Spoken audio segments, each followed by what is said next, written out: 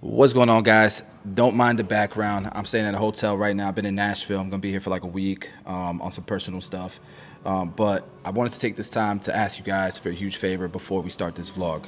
So your boy was nominated for the second time for Educator of the Year for the CT Barber Expo. It's the biggest barber expo in the world, and it's always an honor to be a part of that event. So listen, if I've helped you out, if any of my content has ever helped you out, and you think I'm deserving, only if you think I'm deserving of winning the Barber Grammy from the CT Barber Expo for Educator of the Year, you can go to this website right here. I'll put a link in the description below and vote for your boy. So what you would do is you would scroll down and go to Educator of the Year, or you can go into the description below, click on the link, cast your vote for me. And yeah, go ahead and while you're here, vote or nominate whoever you want to in any of these categories. You got Entrepreneur of the Year, Rookie of the Year, Hometown Hero. You got all kinds of cool things here. And it's always a movie, so if you don't plan on going to the CT Barber Expo, I think you should go. It's a crazy event. Saturday's the Grammys, Sunday's the event plus education, Monday is business plus the event. So with that being said, man, let's go ahead and start this vlog. Yo guys, I'm in Nashville, Tennessee, and I promise you earlier today, I was in shorts and a t-shirt. It is legit snowing heavy, right? That's crazy. I'm just not used to this, man. Look at this. Oh man, it's snowing like crazy. And I know it's snowing good because I've been to Colorado, so I'm trying to be honest. Look at that roof.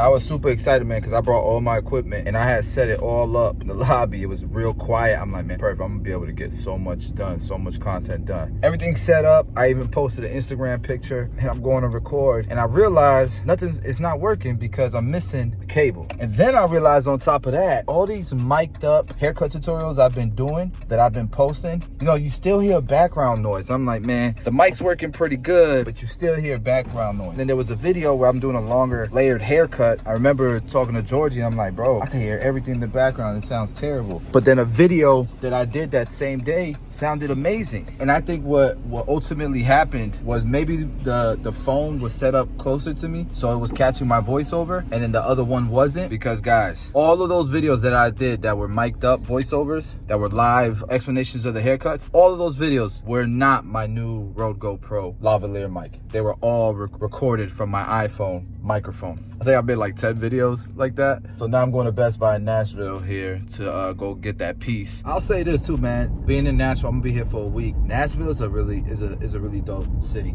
It's great for businesses, for entrepreneurs. Culture's a little different. It's a nice city. Everybody's super nice. But there's construction everywhere. Like, I was talking to a lady, I was telling her, man, they building this city up, Crane City now, because there's always cranes. And messing with y'all, I missed my turn. I was supposed to get on this highway right here. I don't know if this interests y'all boys, but they got stuff like this everywhere too. It's like a party city, man. So they got like buses and like trucks and like trailers full of people. I'm just stuck behind this big drag bus. I have to go in there and check that place out. I guess what I'm gonna do now is I'm just try to find some food. It's cold as hell out here. These are the views of Nashville, Tennessee. Can't never go wrong with Wingstop. Always like super fascinated by real estate, as well as the parking lot. Look like this place closed down. You wonder what happened as far as management and stuff. Look, this place closed down. That place was there for 25 years. What happened? A bar, lobby. See the line outside, people waiting to get in there. Wonder what type of music they got. All right, we're gonna do sushi tonight. First thing I do when I look for sushi is I look for the most expensive ones. I'm thinking to myself, I'm probably gonna get that one and then a cheap one. Spicy crawfish roll and lobster roll. Oh yeah. All right, you guys, so we in downtown Nashville, and I'm just walking around. Gonna walk around. I don't know what the mic gonna sound like. I've been showing you guys like empty buildings, empty businesses like this one, shut down, closed. Pandemic did a lot of this, I think. Also, I mean, it's just been crazy times, man. Stressful times for people. I'm not one that really pays attention to the media, to the news, or any of that. You can't help but to feel it. Like, you go to gas pumps, you go to stores, you see the prices of things going up, rents. You looking at houses, you want to buy some houses. You don't got to listen to the Fed. You don't gotta listen to the news to see something's going on. These car prices, I was looking at some cars, down to upgrade my little Corolla. I'm gonna be in that Corolla for a couple years, boy. I don't know if people are discussing this in the barbering industry or any self-employed trade industry, but I can't help but to be thinking about 5 moves ahead, trying to get ahead of this. Where is this going? How can I be prepared, especially as a barber? And so I can't help but to look at history and look at the experiences that I went through, because I became a barber in 2010 during the recession, when people they didn't have jobs, were losing their homes, losing their cars. And so I was trying to build clientele in that climate. And so I guess with this video, I want to share with you guys my experience going through that climate and that economic crisis. And what if things go great, even with all this stuff going on? What if things go great, wages keep up? 'Cause I do see people raising their prices, but I also see wages going up. You know, I can't help but to look at McDonald's and look at Chick-fil-A and see, you know, now hiring signs that say starting at $20, starting at wages that were unheard of when I was, you know, working at fast food restaurants. My fellow barbers raising their haircut prices, and if you haven't, probably should be. You probably need to. 2 times I believe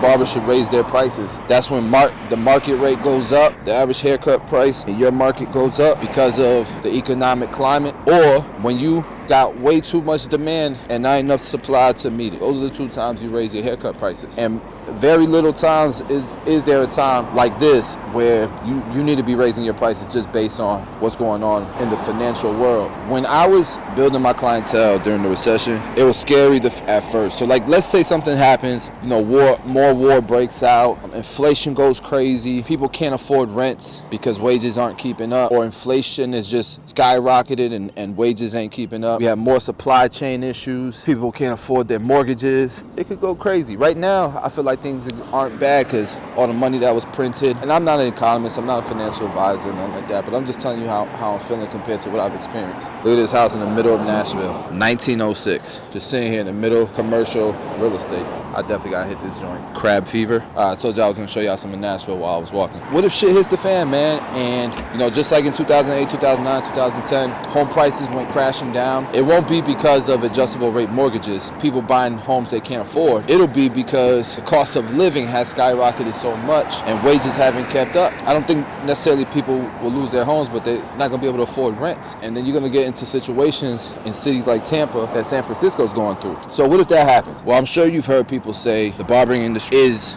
recession proof, but it's not pandemic proof. I think it is pandemic proof because pandemics are temporary and barbering will always survive. And you'll be able to make ends meet doing house calls, doing cuts in your garage in the meantime. And that's what barbers did, and they survived, a lot of them. The ones who got really scared prematurely, they left the industry. As soon as doors started opening, boy, business was booming, right? At least in states like Florida. There's other states, obviously, like New York, that kept closing things down, made it hard for a barber. Barbering ain't going nowhere. Still gonna survive. You ain't gonna see a lot of closed doors like these restaurants that I've been showing you guys out here. This restaurant could never go nowhere though, Hattie B's. Look at that line outside. This is what Tennessee's known for, Nashville's known for. All right, so I guess what I'm saying is, man, even during the recession, the one thing that people could afford that made them instantly feel better was a haircut. So I think that some barbers who are like charging premium pricing, I think they'll still have a clientele that's willing to, you know, like I charge $100. I think I still have a lot of clientele that can pay the $100 because like I'll lose some guys. The majority of the clients that want to pay $100, they're good with business, they're good with financials, and they're paying attention to what's going on in the economy. And these are the guys that typically get richer during times like this. And let me explain what I mean. Not sure why, but I think there's a lot of like spring breakers here. Not sure why spring breakers come to Nashville, but it's cold. She's probably gonna be all right. Probably gonna be all right. That lady in that Bentley. The reason why if you're a premium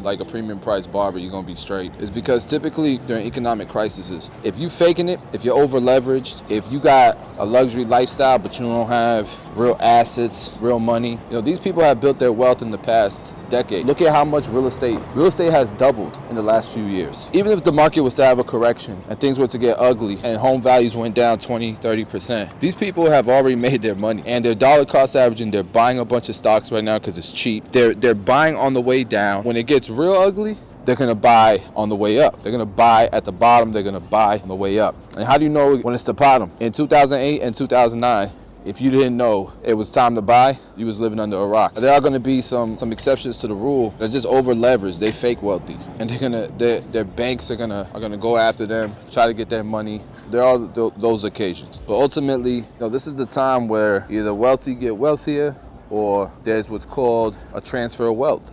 I think that especially with like all the old people out there, the baby boomers and stuff, man, they're getting ready. A lot of them want to retire. They don't want to go through this recession, upcoming recession, if there's one coming, right? So they might be looking to liquidate soon. There's always some type of transfer of wealth, right? And part of that reason is because typically when a recession is coming, the poor and the middle class start growing more and more resentment towards the rich. Politicians start going after them as well. It's a lot of things that can go on. So my premium charging barbers, I think your clientele, I think you'll be fine. My market rate barbers, the barbers that charge market rates, more in the competitive space in price, I think you'll be fine too. When there's financial instability and people are losing their jobs and stuff, most of the time they can still afford haircuts, and most of the time they still want to get haircuts. It's just the only thing that they can afford that makes them feel better right away. I'm telling you, I've seen it a million times. Everyday person might not be able to buy vacations, buy nice new sneakers and nice clothing, go to clubs and do bottle service. They can afford a $30, $40 haircut. They're gonna want to, because they're gonna want to go to a space where they can talk to somebody, where they can let out some of their thoughts. And then they can look in the mirror and feel better and have hope. And that's why barbershops do well. Look at all these little taverns and bar spots and stuff. Pretty cool spots. But what I would tell you, man, if you're a barber, you haven't been doing your taxes, now's the time to clean that up, man. Get that cleaned up, hire you a CPA, man. Go get that cleaned up. You don't want to be somebody that can't take action. The transfer of wealth is happening.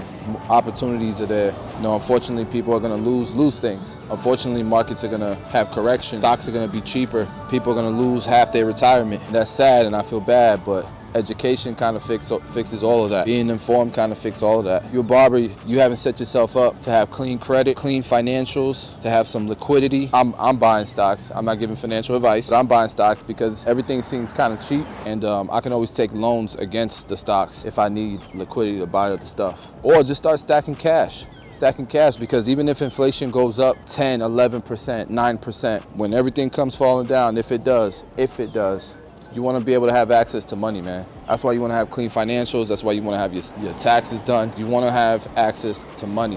What usually happens during recessions is banks tighten up their restrictions, their guidelines, who they lend to. So they're going to only want cream of the crop. You want access to capital because you want to be able to take opportunities if this transfer of wealth thing happens. Now, I'm still investing. I'm still looking to buy stuff because what if it doesn't happen? But I'm just looking for cheap stuff. I'm not buying the YOLO stuff. It's not a smart thing to do right now. I'm buying things that are undervalued right now. A lot of these blue chip stocks that are profitable, right now a lot of them are undervalued just based on fear, based on what's going on in the world right now. I was looking inside this place. It's a cool looking bar. Looks weird if I put my camera in there, but cool looking bar. Ultimately, what I would say to you, to my barbers or to my self-employed people, whoever's watching this, and start tightening up your budget, start cleaning up your credit, start living below your means, and start building as much income as you can. The more access to capital you have, the better you're gonna be prepared in any circumstances, you feel me? Like, you don't wanna be that guy. You know what I'm saying? Dolce & Gabbana, Gucci bag, 20-something years old. I see so many barbers like that. Y'all gonna be hurting, man, if y'all not thinking about what really matters. Don't go buying no new cars. Now's probably not the time to do that. Only thing you should be splurging in right now is investments, man. Investments. You should be focused on making as much money as possible, putting in hours, building your clientele. You know how many barbers, I remember when the pandemic first hit, were the type of barbers who you couldn't get to cut a walk-in, would rather, be on Instagram, waiting 30 minutes for their next appointment, then grab a walk-in. Don't you think those guys regretted that type of behavior once the pandemic happened? Hell yeah, they wish they could have got all them haircuts back. And right now, you got to have the same sense of urgency. You need to be cutting. Don't turn nobody down. Get as much money as you can, man. You need to get you a CPA, a certified public accountant. Make sure your finances is right, your books are right, that you can show income on paper. Make sure your credit score is right. And you need to be learning about the economy, about the historicals, what happens. Because if I could do 2008, 2009, 2010 all over again, I would have bought as many houses as possible. I would have bought as much stocks as possible. I would have bought all that. It's hard to do that when you're in fear. It's hard to do that when you don't have any extra income, because you've been spending everything that you make for the past 10 years. And then when a crisis happens, you got to cut down on your spending, not because you want to have more money to invest, because you need to cut down your spending or you ain't gonna be able to afford your rent. If I could do 2008 all over again, man. Study all the recessions of the past, the dot-com bubble. Typically there's gonna be something different that caused it, but almost in all of them, if you would have bought real estate, if you would have bought more investments, stocks, things like that. In every one of those situations, you would have been straight. You would have made a killing. You wouldn't have been in so much pain and suffering and struggling had you been prepared, living below your means and planning ahead of time. You know something's coming. And if something doesn't come, congratulations, because you still got your shit together. And you still up. I know this is why most of y'all don't watch my channel. Most of y'all want to see the haircut tutorial, the transformations, the fades. I really don't care though. I stopped giving people just what they want, and I do a little 50-50. That's the target. 50-50. Give people what they want 50% of the time. Give people what they need 50% of the time. Balance. Have you ever thought about, like, how do you own one of these buildings? Who's developing these buildings? Right? I hear people all the time say, yo, you should own the building your shop is in. But I've never seen, but usually it's like something that's doable. But like, I'm in plazas where there's a LA Fitness, Publix, Winn-Dixie, grade A buildings. You could buy those, guys. You could buy those if you got your financials right. But you gotta learn what these guys, what guys like this, you gotta learn what they want. You gotta learn what makes them happy, what gets them excited, and then you gotta become a solution. These guys, that's a bank. You gotta learn how the banks work. So your homework is go learn about how the economy works. Go learn about how banks work. Go learn about business. That's it. It's just education. So that's the final thing that I think y'all gotta go do. As you're getting your shit in order, getting your credit right, you're budgeting, you're making a lot more than you're spending, and you're saving, you need to go get educated. Go learn how the economy works, the history of different recessions, what happened, what caused them, what would have been the ideal situation to be in prior to these recessions happening, right? And go learn how banks work. And then I think as a barber, as anybody, especially my barbers, that's who's really tuned into this channel, are my barbers. You got work to do. Don't get comfortable. Love y'all. Hope y'all enjoyed this video. I'll see y'all in the next one.